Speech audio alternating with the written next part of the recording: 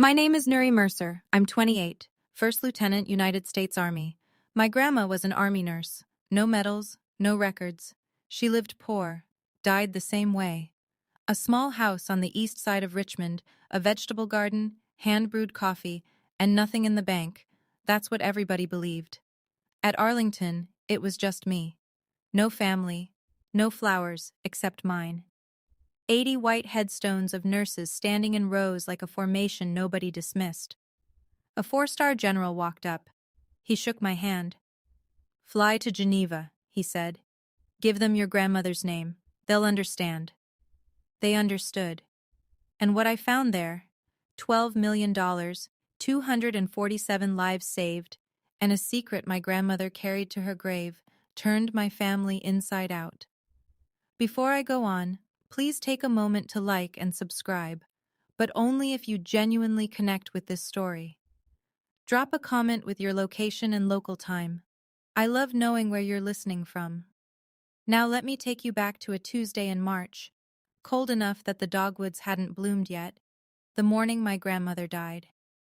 The call came at 5:47 a.m. I was still in my apartment near Fort Belvoir, boots by the door, uniform pressed and hanging.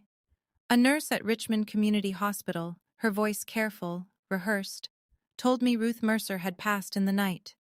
Peacefully, no pain.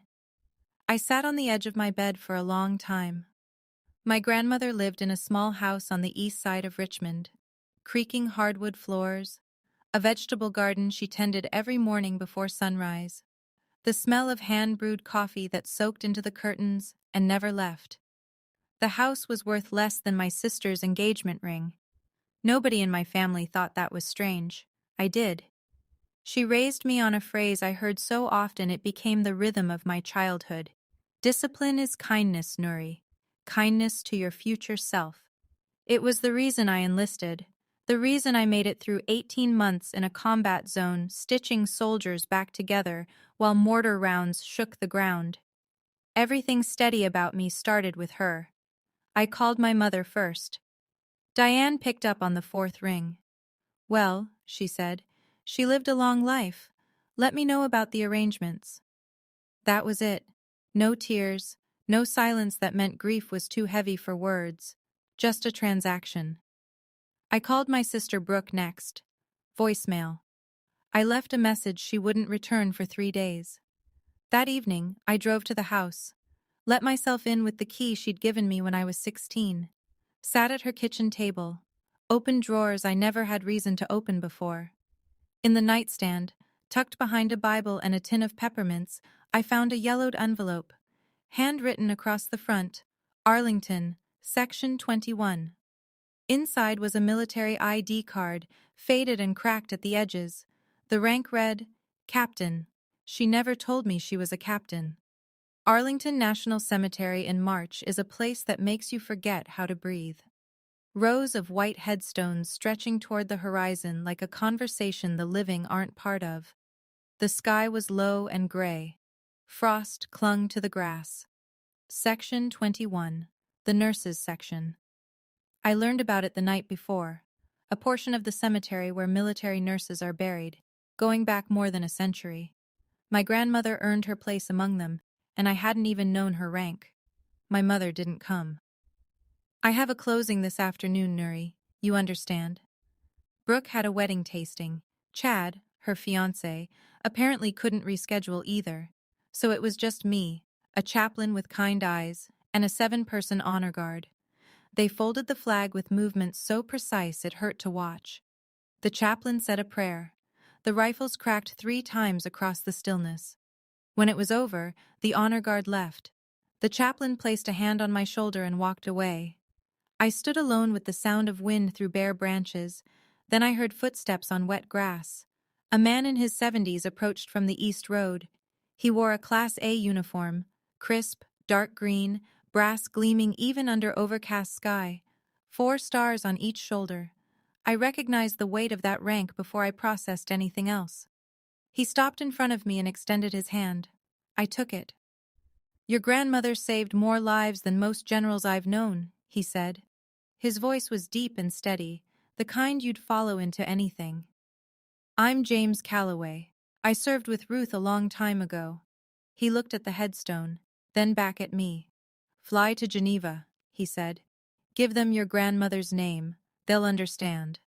He pressed a business card into my palm and walked away before I could ask what he meant. I drove back to Richmond with the business card on the passenger seat and a question I couldn't put down. That night I told my mother about the general. She laughed. Not cruelly, dismissively, which was worse. Some old man playing soldier at a cemetery, Diane said. Don't waste money flying to Europe, Nuri. You're a lieutenant, not a millionaire. The way she said lieutenant, like it was a consolation prize. I'd deployed to a combat zone. I'd held a 19-year-old private's hand while he bled out waiting for medevac.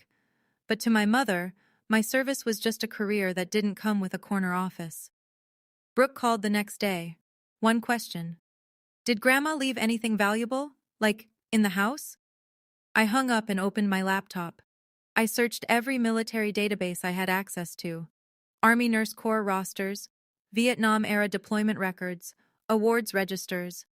Nothing came up under Ruth Mercer beyond standard service documentation. No medals, no commendations, just like she always said. But a 4-star general doesn't show up to a stranger's burial, not without a reason that outweighs his schedule. I picked up the phone and dialed the number on the card. General Calloway answered on the second ring. Ruth served under me in Vietnam, he said. Field Hospital, Pleiku, 1969. She was the best surgical nurse I ever commanded. What she did after the war...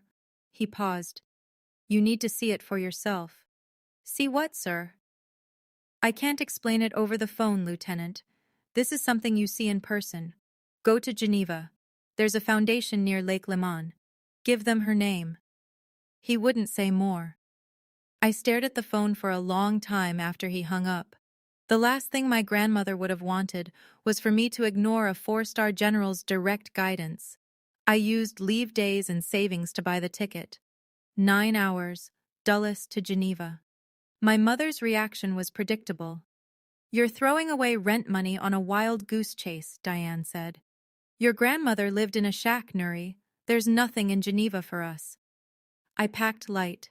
The yellowed envelope from the nightstand, the faded captain's ID card, and a small leather notebook I'd found in the house, filled with handwriting I recognized as my grandmother's, some pages in a shorthand I couldn't read. The flight was long enough to doubt everything. Maybe Diane was right. Maybe Calloway was sentimental. Maybe Geneva would be a dead end, and I'd come home with less money and no answers. Then the taxi dropped me at a stone building near Lake Leman. Old European architecture, ivy on the walls, a brass plaque by the door I couldn't read from the car. Inside, the lobby smelled like lemon polish and old paper.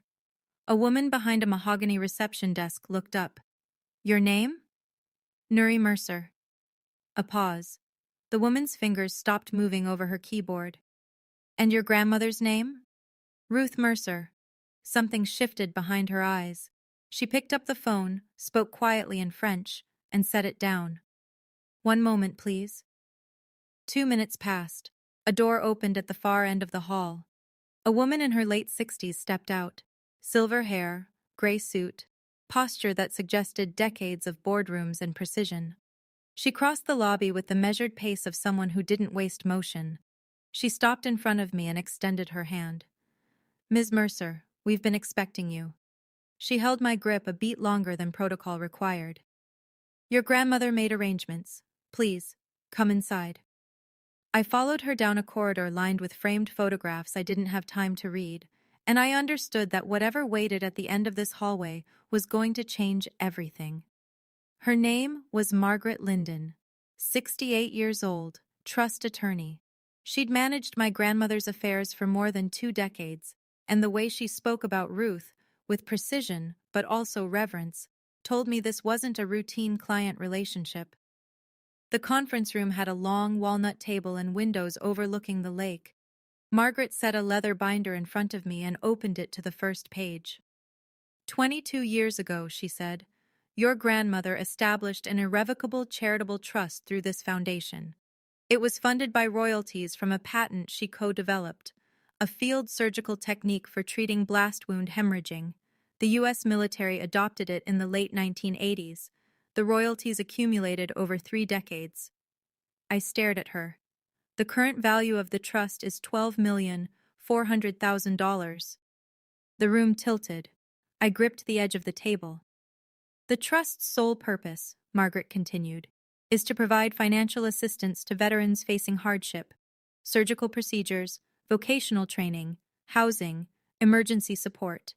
Over 22 years, it has served 247 individuals. Every case is documented.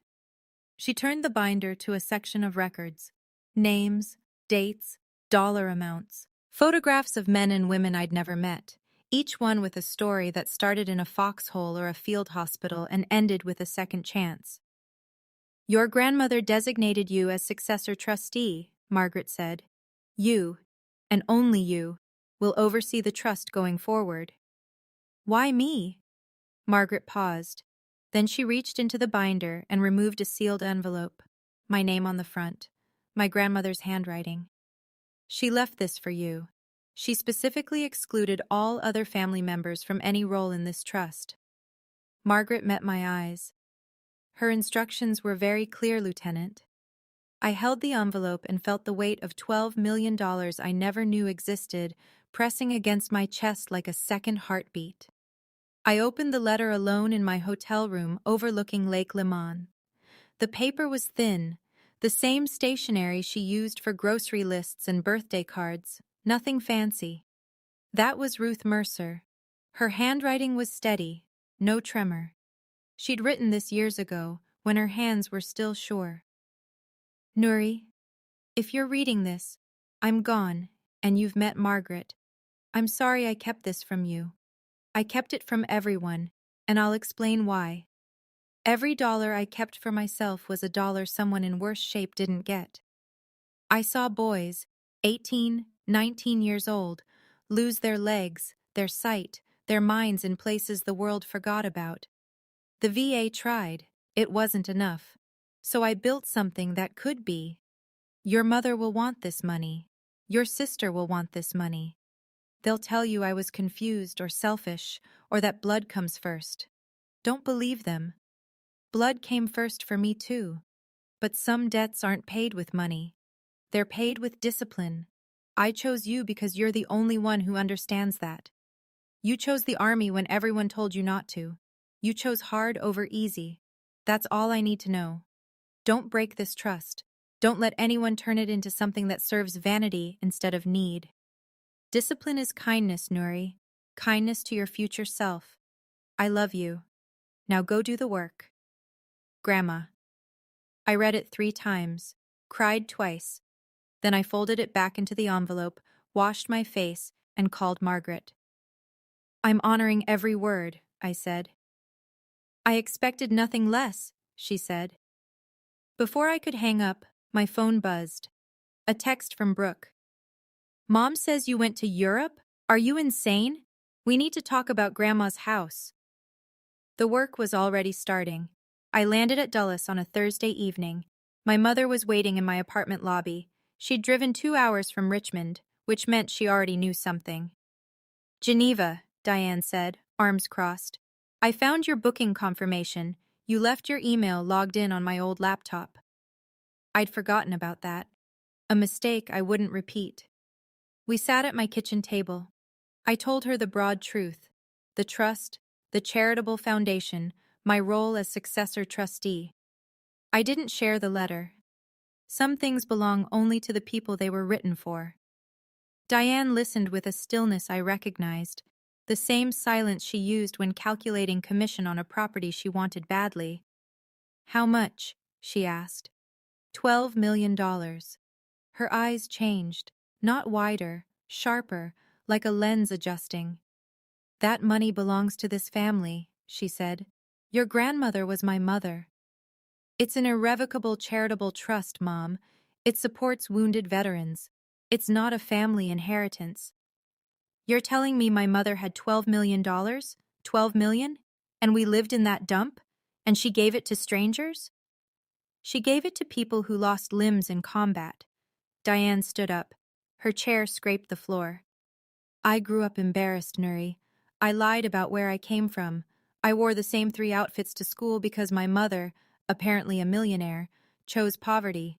And you're going to sit here and tell me that money isn't ours? I'm telling you it legally isn't, and morally isn't. Her jaw tightened. Something shifted behind her expression. Not grief, not anger exactly. Strategy. I'll hire a lawyer, she said quietly. We'll see how irrevocable this trust really is. She picked up her purse and left without saying goodbye. The door didn't slam. Diane never slammed doors. She just closed them in a way that made you feel locked out. Brooke called the next morning. She opened sweet. My sister always opened sweet. Nuri, I'm so happy for you. Grandma must have really trusted you. I waited. So, she said, about the wedding. There it was. Brooke had booked Whitfield Country Club for a June ceremony. $40,000 deposited. Another $140,000 outstanding. $180,000 wedding for a couple who financed their engagement ring. Just a small portion of the trust could cover it, Brooke said. Grandma would have wanted her granddaughter to have a beautiful wedding, don't you think? Grandma wanted that money to help wounded veterans. That's exactly what it does. Silence. Then the sweetness curdled. You always acted like you were better than us because you sat in that moldy house with her, playing soldier, playing hero, playing martyr. This is a family matter, Nuri. Playing soldier. I deployed to a combat zone, Brooke. And now you're sitting on $12 million that should be ours. I ended the call. Within 48 hours, the campaign began. Diane called every aunt, uncle, and cousin within reach. Her version of the story spread through the family like fire through dry brush. Nuri is hoarding Ruth's fortune. She won't share a penny with her own mother. No mention of the veterans. No mention of the trust being irrevocable. No mention of Ruth's letter or her wishes. Just a 28-year-old lieutenant who was too selfish to help her family. I called General Calloway that evening, told him everything. I've seen families tear apart over less, he said. His voice was calm, the kind of calm that comes from decades of command. Document everything, and don't be alone when they confront you. I thanked him, hung up, and sat in the silence of my apartment, realizing I was about to fight a war with no uniform and no rules of engagement. 2 weeks after Geneva, my mother staged an intervention. She called it a family dinner. It was a tribunal. The location? Diane's dining room in Richmond. Present. Diane, Brooke, Brooke's fiancé Chad Prescott, my Aunt Vicky, Diane's younger sister, and Uncle Ray, who mostly stared at his plate. Diane had prepared remarks. She actually had notes on index cards. Ruth was mentally unstable in her later years, she said. She clearly wasn't capable of setting up a trust this size. We believe the paperwork may be compromised. Aunt Vicky nodded. Diane's right. Mom always said Ruth was eccentric. I let them finish. Then I spoke. Grandma set up this trust 22 years ago. She was 60 years old. Her doctors confirmed full cognitive capacity. The trust was reviewed annually by a licensed attorney in Geneva and complies with both Swiss law and U.S. tax code. Diane's index cards trembled slightly. You're 28 years old, she said. A first lieutenant making base pay. You think you can manage $12 million? I'm not managing the money, Mom. I'm protecting its purpose. There's a difference. The purpose should be this family. The purpose is 247 veterans who had no one else. The room went quiet. Chad cleared his throat and leaned toward Brooke. He thought he was whispering. Don't worry, he said. My firm has estate lawyers. We'll find a way. I heard every word. I stood up, folded my napkin, and placed it beside my plate. Military habit. You leave a table the way you found it. I love this family, I said. But I will not apologize for honoring my grandmother's wishes, and I won't pretend that wanting her money is the same as missing her. I drove back to Fort Belvoir in the dark, gripping the wheel hard enough to leave marks on my palms. The next morning I woke up at 0500, force of habit, and ran 5 miles on the base track before the sun cleared the trees. Running is how I process. By mile 3, I had a plan. I video called Margaret Linden in Geneva. They're threatening legal action, I said. My mother's hired an attorney. Margaret's expression didn't change. She'd been doing this longer than I'd been alive. The trust is irrevocable and administered under Swiss law with full U.S. compliance, she said. Your mother has no legal standing. Any challenge filed in a Virginia court will be dismissed for lack of jurisdiction over the trust corpus. If they persist, they'll be liable for opposing counsel's fees. She sent me a 4-page summary letter, the kind of document that reads like a polite wall of steel. Use it when you need to, she said. And Nuri, your grandmother anticipated this. She told me, Margaret, my daughter will try to take it. That's why I chose Nuri. Hearing Ruth's words through someone else's voice hollowed me out for a moment. Then I straightened my spine the way she taught me. I spent the next week reaching out to veterans the trust had supported. I needed to understand the full scope of what my grandmother built. Tom Brennan was the first to call back. 62 years old, lost both legs below the knee in combat. The VA covered initial treatment. When he needed advanced prosthetics 3 years later, the funding had dried up. Ruth's trust paid $47,000. Tom was now a master carpenter with his own shop and 3 employees. Your grandmother paid for my legs, Ms. Mercer, he said, his voice cracking. She came to my house every year with apple pie, never told anyone, not even her own family. Brooke's engagement party was in 3 weeks. Diane had already told the social circle that the family recently received a significant inheritance. The fuse was lit. I just didn't know how short it was. So let me pause here. My mother just told everyone in her social circle that we received an inheritance, money that isn't ours. Money that was built to help veterans who lost limbs, livelihoods, everything. And my sister wants to use it for a country club wedding. I need to ask you something. If your grandmother left behind a trust that saved 247 lives, and your family wanted to drain it for a party, what would you do? Tell me in the comments. And if you know someone who's ever had to stand alone against their own family, share this with them. They might need it. Diane hired Greg Spalding, estate attorney, corner office in downtown Richmond, glass desk, framed diplomas. The kind of lawyer who looks expensive because he is. Spalding sent me a formal letter on firm letterhead requesting full disclosure of all trust documentation, fiduciary records, and beneficiary lists. The language was sharp and designed to intimidate. I forwarded it to Margaret. Her response arrived in 48 hours. 4 pages, single-spaced.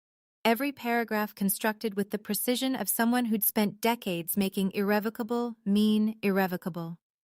The letter acknowledged the inquiry, confirmed the trust's legal standing under Swiss fiduciary law and U.S. Internal Revenue Code Section 501, C.3, equivalent provisions, and concluded with a sentence I read 3 times.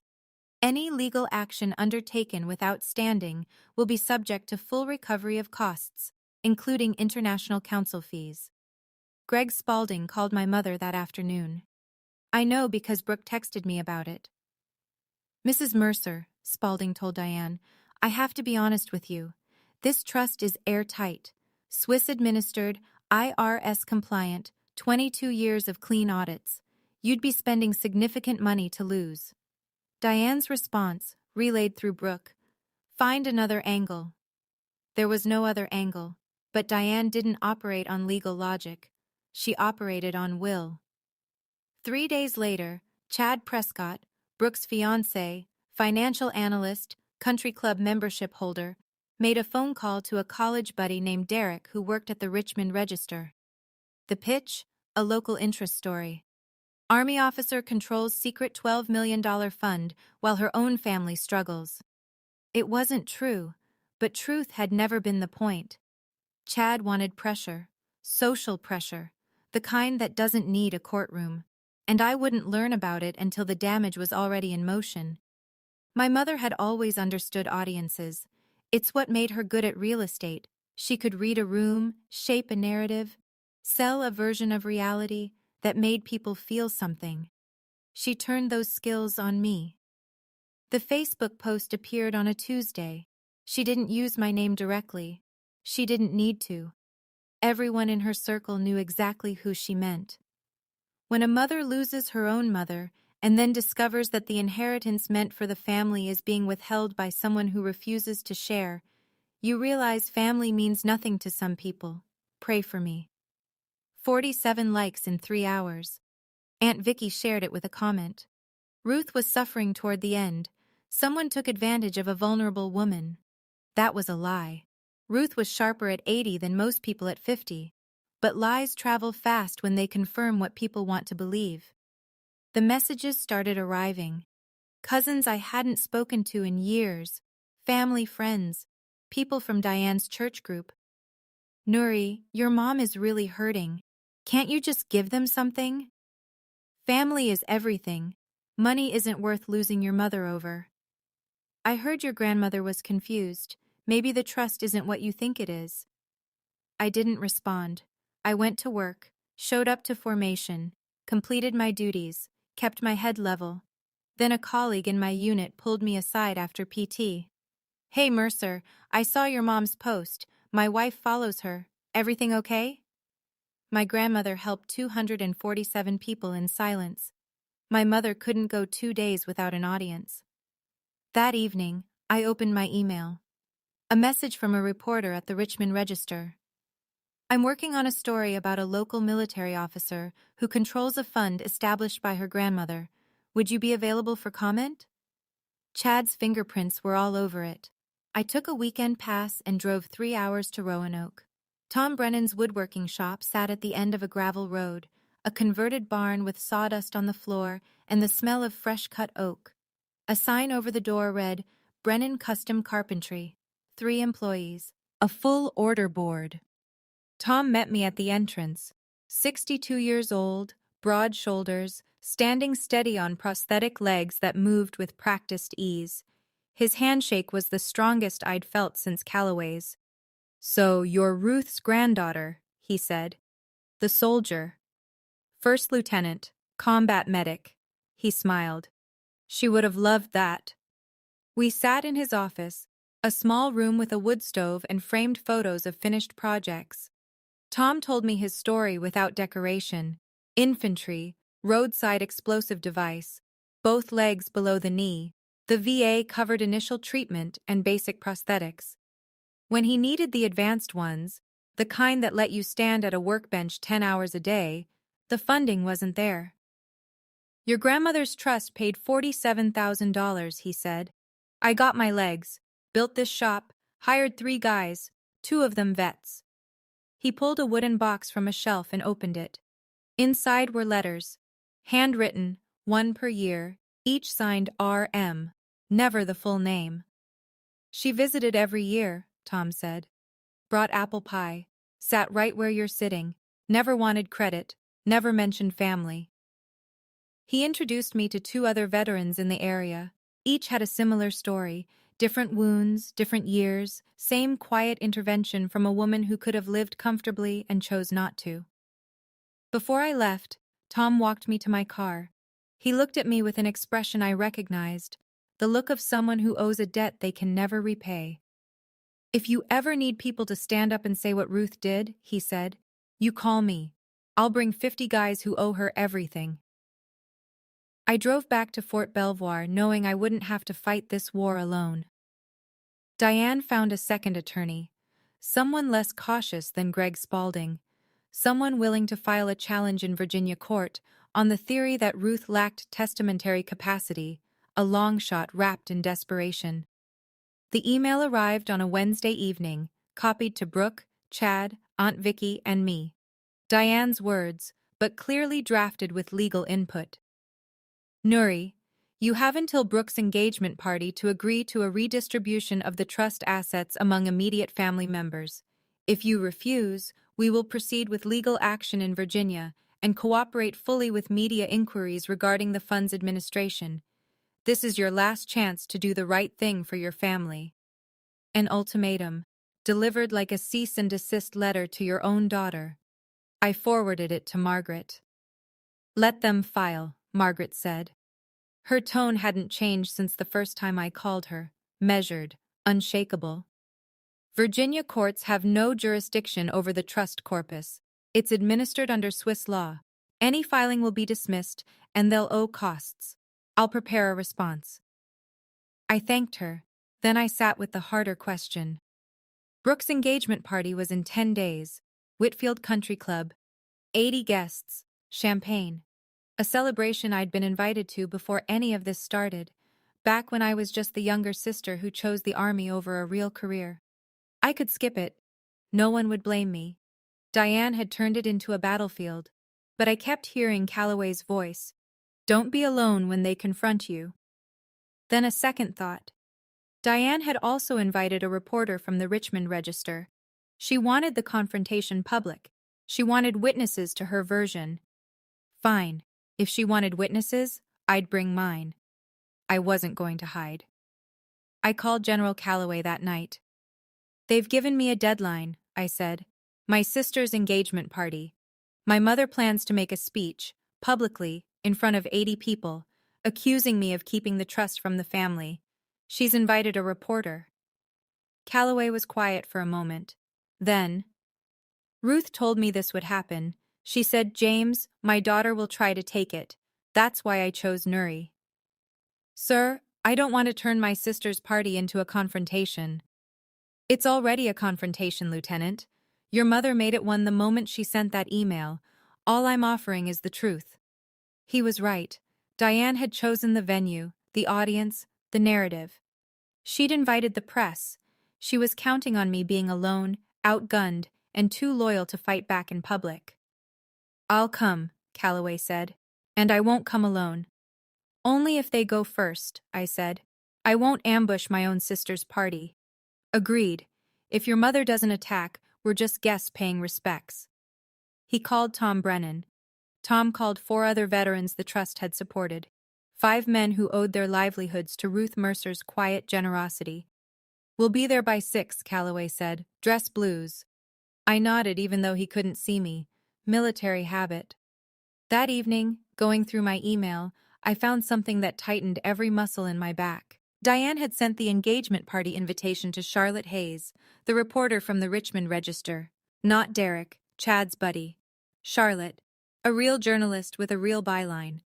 My mother didn't just want social pressure. She wanted a story. The headline she was pitching, a greedy granddaughter keeping a family from its rightful inheritance. She had no idea the story was about to flip. 3 days before the party, Brooke invited me for coffee. Just us sisters, she said. The cafe was in Short Pump, neutral ground, or so she thought. She started with tears, real ones probably. Brooke had always been good at crying when it served her. This wedding is everything I've dreamed of, she said. Mom and I are drowning in debt. Chad's parents are pulling back. The caterer needs final payment by Friday. I'm not asking you to dismantle the trust, Nuri, just a small portion. Grandma would have understood. I looked at her across the table. When was the last time you visited Grandma? Her mouth opened, closed. She was in a hospital bed for 3 weeks before she died, Brooke. You didn't come once. I was busy with wedding planning. She was dying. Brooke's jaw set. The tears dried faster than they'd come. She was old and boring, Nuri. She had nothing to offer. She lived in a falling-apart house and smelled like coffee grounds. But apparently, she had $12 million, and you're sitting on it like a dragon. There it was, the real Brooke, underneath the tears and the sister talk and the dreams about centerpieces. That money saved 247 veterans' lives, I said. Your wedding budget wouldn't save one. She flinched, then leaned forward. Mom forwarded your email threads about the trust to that reporter. She got them from the laptop. I stared at her. She pulled my private emails? She said it was still her laptop. It was my correspondence about a legal trust. I stood up. Thank you for telling me. Nuri, $12 million, Brooke, and every cent of it goes to people who lost more than you'll ever understand. I walked out. The coffee was still warm. I never went back for it. The night before the party, I drove to my grandmother's house. I let myself in. The air still smelled like coffee and old wood. I sat at her kitchen table, the same spot where she taught me to shuffle cards, where she drilled me on pressure points and tourniquet technique before I ever set foot in combat medic training at Fort Sam Houston, where she said, "Discipline is kindness," so many times it became the architecture of my spine. I opened the leather notebook. Page after page, name after name. In Ruth's careful handwriting, each entry was a life. Tom Brennan, prosthetics, 2004, $47,000. Sarah Oakes, mortgage cleared, 2011, $22,000. David Wren, college fund for children, 2017, $35,000. 247 names. 247 people who went to sleep one night thinking they had nothing left, and woke up because a woman in a small house on the east side of Richmond decided they mattered. I closed the notebook and pressed it against my chest. My phone buzzed. Text from Callaway. "We'll be there by 6, dress blues." Another buzz. Tom Brennan. "Bringing the boys. We're not missing this." Then an email. From Diane. Copied to everyone. "Tomorrow, I'm setting the record straight in front of everyone. You had your chance, Nuri." I set the phone down, looked around the house, the creaking floors, the worn curtains, the vegetable garden visible through the window, dormant in the March cold. This house was worth maybe $90,000. The woman who lived in it gave away $12 million, and the family who ignored her for decades now wanted every cent. I slept in her bed that night. The sheets still smelled faintly like lavender. In the morning, I pressed my Class A uniform and drove to Whitfield Country Club with my grandmother's notebook in my bag, ready for whatever came next. Whitfield Country Club sat on a hill outside Richmond. Old money architecture, white columns, a circular drive lined with dogwoods that hadn't bloomed yet. The kind of place that whispered you either belonged or you didn't. 6:30 p.m., Saturday. 80-plus guests filtered through the double doors into a ballroom dressed for celebration. White flowers on every table. A banner in gold script. Brooke and Chad. Champagne towers. String quartet in the corner playing something I didn't recognize. Diane was everywhere. Sequin dress, hair salon fresh, moving between tables with the energy of a woman running a campaign, not a party. She touched arms, leaned in, laughed on cue. Brooke stood beside Chad near the head table, radiant in a way that required effort to maintain.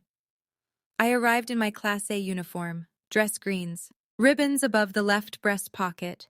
It wasn't a power play. I'd come straight from a function at the base, but the uniform changed the way people looked at me, and I knew it. Diane spotted me from across the room. Her smile didn't reach her eyes. "Oh, you actually came," she said. "Brave." I nodded and found a quiet seat near the back. 7 minutes later, a staff member approached me. Young woman, clipboard, slightly flustered. "Ma'am, there are some military gentlemen at the side entrance asking for you." I stood and walked to the service door. General James Callaway, Tom Brennan, 4 other veterans. Callaway in full dress uniform, 4 stars polished to mirrors. Tom in a dark suit, standing straight on prosthetic legs. The others in veterans' formal wear, clean, pressed, medals pinned.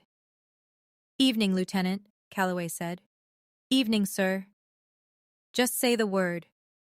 "They're with me," I told the staff member. She led them in. A 4-star general walking through a country club ballroom turns heads like gravity. The room noticed. Diane noticed.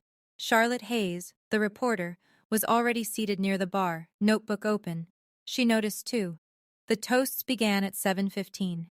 Chad's father went first. A gracious 3 minutes about love and new beginnings. Then Chad, who was charming in the way men who practice in mirrors tend to be. Then Diane took the microphone. She started soft. "I want to thank each of you for being here to celebrate Brooke and Chad. Family is the foundation of everything we do, and tonight is a reminder of how much love surrounds this table." Applause, glasses raised, then the shift. "But I also need to address something." Her voice tightened, pitched higher, carrying across the room with the confidence of a woman who'd rehearsed in front of a mirror. As many of you know, our family recently lost my mother, Ruth. And after her passing, we discovered she'd left behind a significant fund. The room went still. Unfortunately, Diane continued, my younger daughter Nuri has decided to keep it all. $12 million. Away from her own mother. Away from her sister. On a night that should be about love and family. She turned toward my table. 80 pairs of eyes followed. I ask you, is that right? Is that what family means? Murmurs rippled through the room.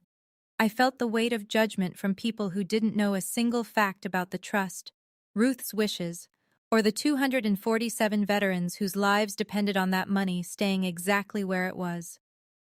Brooke stood beside Diane, nodding.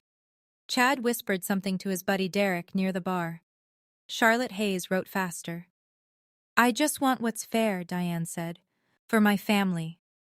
She set the microphone down and looked at me, waiting for me to crumble, to cry, to apologize. I stood up. 3 seconds of silence, long enough for 80 people to hold their breath. Then I walked toward the microphone. I didn't raise my voice. I didn't need to. The uniform did half the work. The silence did the rest. My grandmother, Ruth Mercer, was a captain in the United States Army Nurse Corps. I let that land. She served in Vietnam. Field Hospital, Pleiku, 1969. She worked through mortar fire, treated 14 wounded soldiers in a single night, and took shrapnel in her shoulder. She never stopped. She refused a commendation because, her words, medals don't stitch wounds. Nobody moved. After the war, she co-developed a surgical technique for treating blast wound hemorrhaging. The United States military adopted it. The patent royalties, over 30 years, built a fund. I looked at my mother. She was gripping the edge of the table. That fund, $12,400,000, is an irrevocable charitable trust. It exists for one purpose: to support combat veterans who have nowhere else to turn. In 22 years, it has helped 247 people, men and women who lost legs, sight, homes, and hope. I paused, took a breath. I didn't choose to keep it from my family. My grandmother chose to give it to people who needed it more. She lived in a small house. She wore the same coat for 15 years. She brewed her own coffee every morning, not because she had to, because every dollar she didn't spend was a dollar that went to someone who had lost everything in service to this country. The room was silent in a way I'd only experienced in the field, the silence after an explosion, when the air hasn't decided whether to rush back in. I have someone here who can tell you more about what that money meant. I turned toward the side of the room. General Calloway? A 4-star general stood up, and the room understood that everything they'd just been told by my mother was wrong. James Calloway walked to the front of that ballroom like he was crossing a parade ground. Measured steps, shoulders back, 4 stars catching the chandelier light. 80 guests went absolutely still. Ladies and gentlemen, he said, I served 38 years in the United States Army. I commanded brigades and divisions. I planned operations that made the evening news. But the bravest person I ever served alongside was a 5'4" nurse named Ruth Mercer. He told them about Pleiku, the night of the mortar attack, 14 casualties in 4 hours. Ruth triaging under fire, her shoulder bleeding through gauze she'd taped herself. She didn't stop until the last soldier was stable. She turned down the Purple Heart, Calloway said. Said she wasn't the one who was wounded. The soldiers were. Then he stepped aside and looked toward the back of the room. Tom Brennan stood up. The room saw his legs, the prosthetics visible below his suit trousers. He didn't try to hide them. My name is Tom Brennan, he said. Ruth Mercer paid for these legs. The VA couldn't. She could. I have a carpentry shop now, 3 employees, 2 of them veterans. A second man stood. David Wren. Ruth's trust paid for my children's college when I couldn't hold a job after 3 deployments. A third. Paul Hessler. She covered my mortgage when I was going through a medical discharge. I'd have been on the street. A fourth. Marcus Cole. She funded my PTSD treatment program. I'm alive because of her. One by one, 5 veterans, 5 lives, 5 debts owed to a woman who died in a house worth $90,000. Someone in the back started clapping, then a table near the window, then the whole room. Not polite applause, the kind that comes from the chest, the kind you can't rehearse. Diane stood frozen at her table. Brooke's face had gone pale. Chad was already outside, phone pressed to his ear. Charlotte Hayes lowered her notebook and stared. The story she'd been invited to write had just evaporated. The real one was standing right in front of her. I stood in that ballroom and watched 5 veterans, men who lost limbs and years and peace of mind, stand up for my grandmother while my own mother couldn't look anyone in the eye. I'll tell you what happened next. But first, if this story made you feel something, hit subscribe. Not for me. For every person out there protecting something good while their own family calls them selfish. And if you've ever been the only one in your family who did the right thing when it cost you everything, drop a comment. I want to hear your story. The applause faded. Diane grabbed the microphone. Her hand was shaking. Her voice cracked on the first word. "This is my mother's money," she said. "Mine. You don't know what it's like growing up with nothing because your own mother chose to be poor." The room went quiet again. But this time the silence wasn't reverent. It was the silence of people watching someone unravel in real time. Calloway stepped forward, not aggressively, the way you'd approach someone on the edge of something. "Ma'am," he said, "your mother chose to be generous. There's a difference." Diane turned on me. Her mascara hadn't smudged yet, but her composure had. "You did this," she said. "You brought them here to humiliate me at my own daughter's party." "You stood at this microphone and told 80 people I'm a thief," I said. "I brought people who know the truth. The truth is she chose strangers over her own daughter. She chose people who were dying." The microphone picked up everything. Every syllable broadcast to 80 witnesses, a reporter, and a 4-star general who had seen worse than this and still flinched. Brooke grabbed Diane's arm. "Mom, stop. Everyone's watching." Diane pulled free, looked around the room, and saw what I saw, faces that had shifted from sympathy to something colder. People setting down their champagne. A woman at the third table picking up her purse. One of Diane's oldest friends, a woman named Carol who'd been in her book club for 15 years, stood up quietly and walked out. 2 more couples followed. Chad reappeared at the door, phone still in hand. His face was the color of old paper. Charlotte Hayes approached me near the dessert table. Her notebook was closed. "Ms. Mercer," she said, "I was invited here to write a different story, but this is the one I'm going to write." The party didn't end. It dissolved. Over the next 30 minutes, the ballroom emptied in slow motion. Most guests stopped to shake the veterans' hands on their way out. Several came to me directly. "We had no idea," one of Brooke's college friends said. "Your grandmother sounds incredible." "I'm sorry about all of this," another woman whispered, glancing toward Diane's table. The wedding coordinator, a sharp-faced woman named Ms. Hargrove, pulled Brooke aside near the kitchen entrance. I couldn't hear the conversation, but I could read the body language. Clipboard out, pen tapping, the universal posture of someone discussing money that's owed. Chad walked back in, looking like a man who'd just received bad news and was trying to decide who to blame. He went straight to Brooke. "My parents just texted," he said. Not whispering, not anymore. "They're not comfortable coming to the wedding if this is what your family is like." Brooke's face crumpled for a fraction of a second before she rebuilt it. Military spouses do that. Brooke wasn't military, but she was learning fast. Diane sat alone at her table, one champagne glass, untouched, staring at the floral centerpiece like it owed her something. I didn't go to her. I stayed with Tom and the veterans. This was the first time they'd met Ruth's granddaughter in person, and they had stories to tell, small ones, quiet ones, the kind Ruth would have preferred. Before he left, Tom reached into his jacket and handed me a small box. I opened it. A purple heart medal. Bronze, enamel, George Washington's profile. Ruth earned this, Tom said. She never picked it up. The VA still had it on file. I pulled some strings. I held it in my palm. It weighed almost nothing. It meant everything. She said she wasn't the one who was wounded, Tom said. But I think she was. Charlotte Hayes published her article 4 days later in the Richmond Times-Dispatch. The headline read, "The Army Nurse Who Gave $12 Million in Silence, and the Granddaughter Who Kept Her Promise."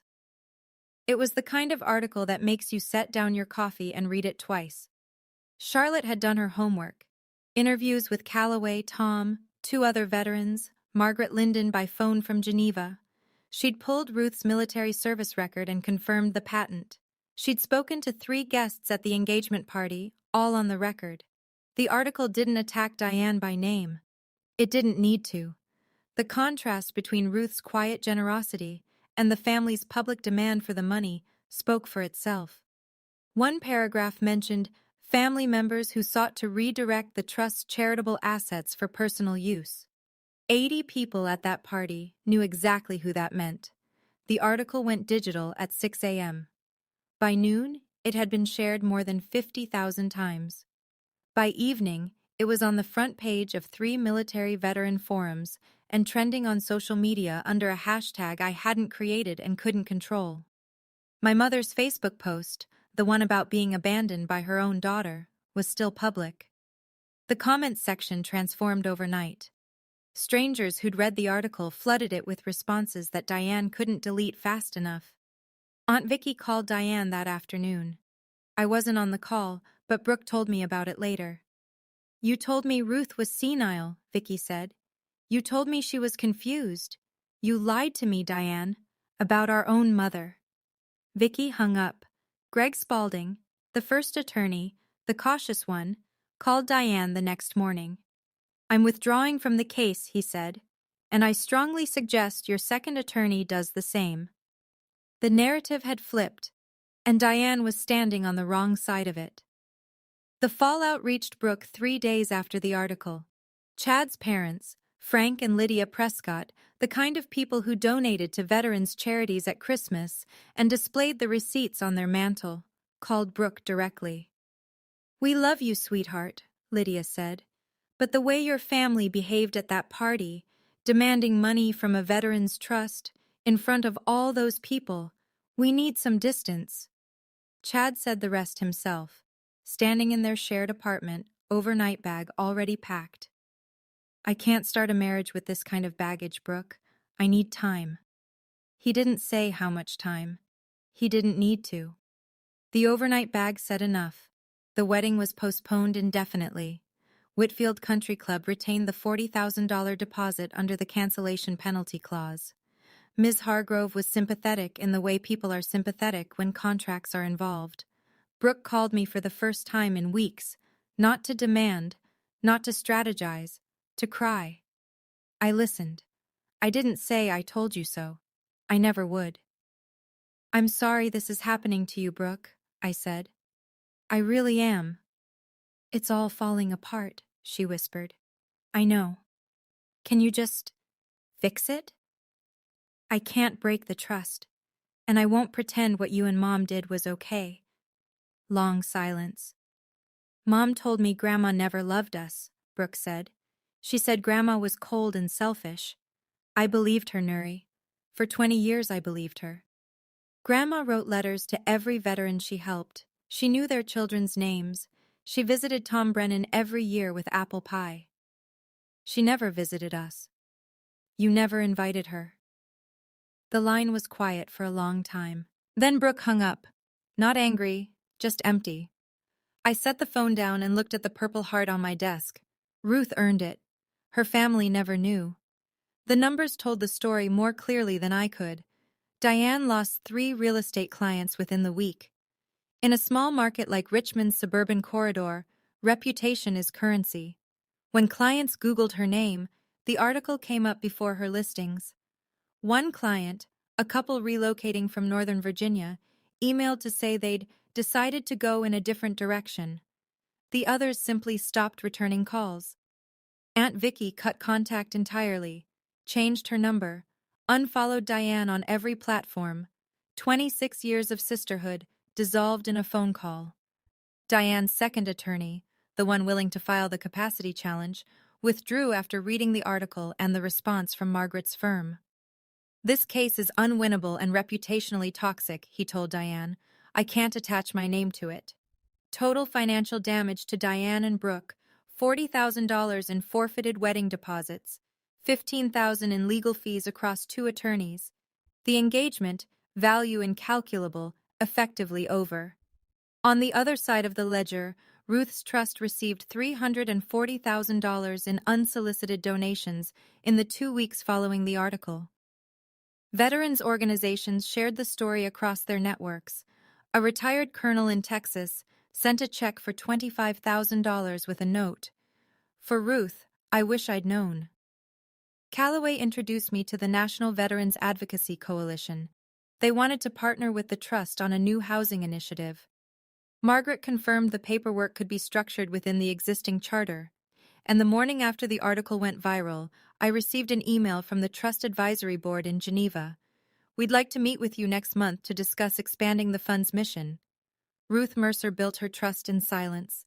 It took one newspaper article to show the world what silence sounds like when it's worth $12 million. Diane called me at 1:30 in the morning. I was at Fort Belvoir, awake because soldiers learn to sleep light, and my phone never stays far. Her voice was different. No edge, no strategy. Just a woman in her 50s sitting somewhere dark, talking to her daughter. "I grew up in that house, Nuri." I listened. "With nothing. No nice clothes, no field trips. Do you know what it's like when other kids ask why your lunch is always the same? When your mother could have fixed everything and chose not to?" I sat on the edge of my bed. Outside, the base was quiet. "She chose strangers over me," Diane said. "Her own daughter. She had $12 million and she let me go to school ashamed. She chose people who were dying, Mom. I had nothing too. You had a roof, food every day, a mother who came home every night. Some of those veterans didn't even have that." The line went quiet. I could hear her breathing, the uneven rhythm of someone trying not to cry and losing. "She let me grow up embarrassed," Diane said, "and she had the money to fix it." I closed my eyes. For the first time, I didn't hear my mother the strategist. I heard the girl who wore the same 3 outfits to school and wondered why her mother never bought new ones. Ruth's choice was right. I believed that. The trust saved 247 lives. But Ruth's choice also cost something, and the person who paid wasn't a stranger in a VA hospital. It was the little girl who grew up in that small house on the east side of Richmond. "I understand why you're angry, Mom," I said. "But I can't undo what Grandma built, and I won't." The call ended without goodbye. Just a click, and then the sound of nothing. I didn't sleep the rest of that night. The following Saturday, I drove to Arlington before dawn. Section 21 was empty at that hour. Just me, the headstones, and a mist that sat low on the grass like it wasn't ready to leave. The sun hadn't cleared the tree line, and everything was gray-blue and still. I found Ruth's marker. White marble, simple lettering. Ruth Mercer, Capt Army Nurse Corps, Vietnam. I placed the purple heart at the base of the stone. The metal caught what little light there was. "You earned this, Grandma." I sat down on the grass. It was cold and damp, but I'd sat on worse. I told her everything. About Geneva, about Margaret and the binder with 247 names, about Diane's campaign and the engagement party, and Callaway and Tom standing up in that ballroom, about the article, about the donations pouring in, about the trust growing instead of breaking. "Mom called me last night," I said. "She's hurting, I know, but I won't break my promise." The wind moved through the bare branches above. In a few weeks the dogwoods would bloom. Ruth had planted dogwoods in her yard, the stubborn kind that bloomed late and lasted long. A young soldier walked past on the service road. She noticed the purple heart on the headstone, stopped, and came to attention. A full salute. Held it for 3 seconds, then dropped it and kept walking. She didn't say a word. She didn't need to. I smiled, stood up, brushed the grass from my uniform. My phone buzzed. A message from Margaret in Geneva. The Trust Advisory Board has confirmed a meeting next month. They'd like to discuss expanding the fund. When can you travel? I looked at Ruth's headstone one more time. Still on mission, Grandma. Then I walked back to my car and drove south. 2 weeks later, I invited my mother for coffee. Not at her house, not at mine. A cafe on Broad Street, public, neutral, well lit. The kind of place where voices stay level because other people are watching. Diane arrived in a navy blouse and no makeup. I'd never seen her leave the house without makeup. Something had shifted. We ordered. I waited until the cups were down. I'm not going to apologize for honoring Grandma's trust, I said, and I need you to stop telling people I stole from this family. Nuri, the trust is irrevocable. No court, no lawyer, no Facebook post will change that. Margaret's firm has confirmed it. 2 of your own attorneys have confirmed it. This is settled. Diane looked at her coffee, stirred it, didn't drink. But I'm still your daughter, I said, and I want you in my life. If you want me in yours, here are my terms. I'd written them down, not on index cards. That was her method. Just 3 lines in the notebook I carried. 1. No more lies about the trust. Not to family, not to friends, not online. 2. No more pressure, legal, social, or emotional, to redistribute funds that belong to veterans. 3. A genuine acknowledgement that what Grandma built matters, not to me, to her memory. Diane was quiet for a long time, long enough that the couple at the next table finished their scones and left.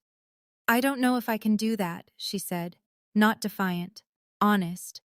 Then I'll be here when you're ready. I reached across the table and squeezed her hand. Brief, firm, the way Ruth would have done it. Then I stood up, left money on the table, and walked out into the sunlight. She didn't follow, but she didn't argue either. Sometimes that's the first step. You just don't recognize it yet. Brooke called me on a Thursday evening. Her voice sounded different, lighter and heavier at the same time, the way people sound when they've put something down they've been carrying too long. I went to Grandma's house last week, she said. I set down the report I was reading. First time in a while. 5 years, Brooke said. I sat in her kitchen for an hour. Just sat there. She told me she'd found the letters, not the ones Ruth wrote to Nuri, the ones Ruth wrote to the veterans, drafts, copies, notes in margins, each one addressed by name, each one specific. She knew their children's names, Nuri, every single one. She'd ask about report cards and soccer games. She remembered anniversaries. I didn't say anything. I let her find the words. I called her boring, Brooke said. I said she had nothing to offer, and she was keeping track of 247 families like they were her own. That's who she was, Brooke. I know that now. Silence. Then, quieter. Can I visit the trust? Meet some of the people she helped? I hadn't expected that.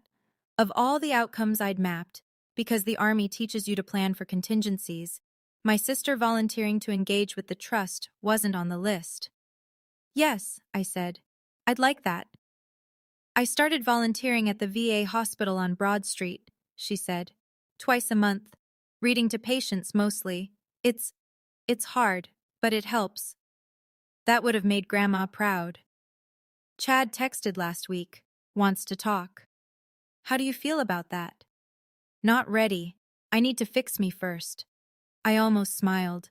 That sentence, I need to fix me first, was the most Ruth Mercer thing Brooke had ever said. Mom told me for years that Grandma didn't love us, Brooke said softly. I should have gone to that house and asked her myself. You're going now, I said. That counts. The Trust Advisory Board met on a Tuesday afternoon, Geneva time. I joined by secure video from a conference room at Fort Belvoir. My commanding officer had cleared it without hesitation when I explained the purpose. Margaret Linden chaired the session. On screen, General Calloway, two financial advisors from the foundation, and a veterans advocacy director named Claire Weston. Margaret opened with the numbers. Following the media coverage, the trust received $340,000 in unsolicited contributions. Combined with existing assets and quarterly investment returns, the total fund now stands at $12,740,000. She paused to let that register. The board proposes expanding the trust's mission to include mental health support for veterans experiencing post-traumatic stress. Given current demand, we project the expanded program could serve an additional 30 to 40 individuals annually. Claire Weston walked through the proposal, partnering with 3 established PTSD treatment centers, covering costs the VA waitlist couldn't reach. Then Margaret looked at me through the screen. As successor trustee, you have the final word, Ms. Mercer. I'd spent the previous week reviewing every document, cross-checking the financials, and speaking with Tom Brennan about what veterans actually needed. I was ready. I support the expansion, I said, and I'd like to propose one addition: a fellowship for military nurses and combat medics entering the field, named the Ruth Mercer Fellowship, funded at $50,000 per year for training and mentorship. The board voted unanimously. Calloway leaned into his camera. Ruth would be proud, Lieutenant. You didn't just protect her trust, you grew it. Margaret added one last note. We received an anonymous donation this morning, $500,000. The donor said they served with Ruth and never got to thank her. I looked at the screen, at the numbers, at the faces of people who understood what my grandmother built. Then I smiled. The first real smile since the morning she died. 3 months after the engagement party, my life had a shape I recognized. I still reported for duty every morning at Fort Belvoir, still wore the uniform, still did the work that Ruth's sacrifice made possible for thousands of soldiers before me and after. I wasn't leaving the army. My grandmother was a nurse in uniform. I was a medic in uniform. The parallel wasn't lost on me. On weekends, I managed the trust. Review applications, coordinate with Margaret, call Tom Brennan, who'd turned his woodworking shop into a vocational training hub for veterans. The trust funded the expansion. 3 new trainees started in April. I lived in Ruth's house now, fixed the floors, patched the roof, kept the vegetable garden alive, tomatoes and basil and the stubborn rosemary bush she'd planted the year I enlisted. The coffee still brewed the same way, hand-ground, French press, strong enough to make your teeth ache. Brooke and I were in contact, cautious contact, the kind where you're rebuilding a bridge one plank at a time and testing each one before putting weight on it. She volunteered at the VA hospital twice a month. She'd started reading Ruth's notebook, the one with 247 names, and asking me questions about the people in it. Diane was a different story. We weren't estranged, but we weren't close. She'd deleted the Facebook post. She hadn't apologized. She'd stopped threatening legal action, which was progress measured in silence rather than words. One morning, sorting through the trust's mail at Ruth's kitchen table, I opened an envelope from a VA hospital in San Diego. A letter from a 19-year-old combat medic named Ellie Saunders. Ms. Mercer, the Ruth Mercer Fellowship paid for my training certification. I passed my boards last week. I want to be like your grandmother. Thank you. I pinned the letter to the refrigerator, the same refrigerator where Ruth used to pin my report cards. The list was growing. The National Veterans Advocacy Coalition held its annual gala in Washington, D.C., in a ballroom 3 times the size of Whitfield Country Club. 300 guests. Military officers, congressional representatives, foundation heads, press. They'd asked me to speak. I almost said no. Ruth never would have wanted a spotlight. But then I realized Ruth had spent her whole life making sure other people were seen. Maybe it was time someone saw her. I stood at the podium in my dress uniform. The audience was quiet in a way that felt like an invitation, not an expectation. My grandmother, Ruth Mercer, never asked for a medal, I said. She never asked for a headline. She never asked anyone to notice what she did. She spent 22 years funding surgeries, mortgages, college funds, and second chances for 247 veterans. She did it from a house worth $90,000. She did it wearing the same coat for 15 years, and she did it without telling a single soul. I looked at the room. She asked for one thing, that the people she helped would go on to help others. That's what this trust is. That's what she built. General Calloway rose from his seat and walked to the podium. He carried a plaque, mahogany, brass nameplate. The National Veterans Advocacy Coalition is honored to present the inaugural Ruth Mercer Humanitarian Service Award, he said, recognizing silent service to those who served. He handed it to me. The room stood. 300 people. The applause was different from the engagement party. This wasn't shock or correction. This was recognition. The kind Ruth never wanted but deserved. Tom Brennan sat in the front row, tears running down his face. He didn't wipe them. I held the plaque and felt its weight. Heavier than the Purple Heart, lighter than everything I'd carried to get here. Thank you, Grandma, I said, quietly, just for her. A week after the gala, I was at Ruth's house, Saturday morning, coffee brewing, rain tapping the kitchen window. Someone knocked. I opened the door. Diane stood on the porch in a raincoat, holding a cardboard box against her hip. No makeup again. She looked older than her 55 years, and smaller, like the fight had compressed something inside her. I found this when I was cleaning out the attic, she said. I thought you should have it. I took the box. Inside, under tissue paper, were photographs. Ruth in her Army Nurse Corps uniform, young, straight-backed, almost smiling. Ruth on a tarmac somewhere tropical, stethoscope around her neck. Ruth shaking hands with a man in a colonel's insignia. Ruth in civilian clothes, standing in front of this very house the day she bought it. 1986, penciled on the back. Diane hadn't looked at these in decades, maybe ever.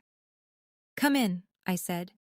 She hesitated, then stepped across the threshold. It was the first time she'd been inside Ruth's house in 5 years. She stood in the living room and turned slowly. I'd fixed it up, but the bones were the same. The floorboards, the curtains, the shelf where Ruth kept her nursing manuals next to recipe cards. She really loved this place, Diane said. She loved what it represented, a life without pretense. Diane sat down at the kitchen table, the same chair Ruth sat in every morning. I poured her a cup of coffee, hand-ground, French press, Ruth's recipe. She held the cup with both hands and looked at me. I'm not ready to apologize yet, she said. But I'm here. I sat across from her. That's enough for today, Mom. We drank coffee in Ruth's kitchen while the rain came down. Neither of us spoke. We didn't need to. Sometimes presence is the apology. Sometimes showing up is the first word of a sentence you haven't learned to finish yet. Early morning, the first week of May. I sat at Ruth's kitchen table, my kitchen table now, though I still thought of it as hers, and opened the leather notebook.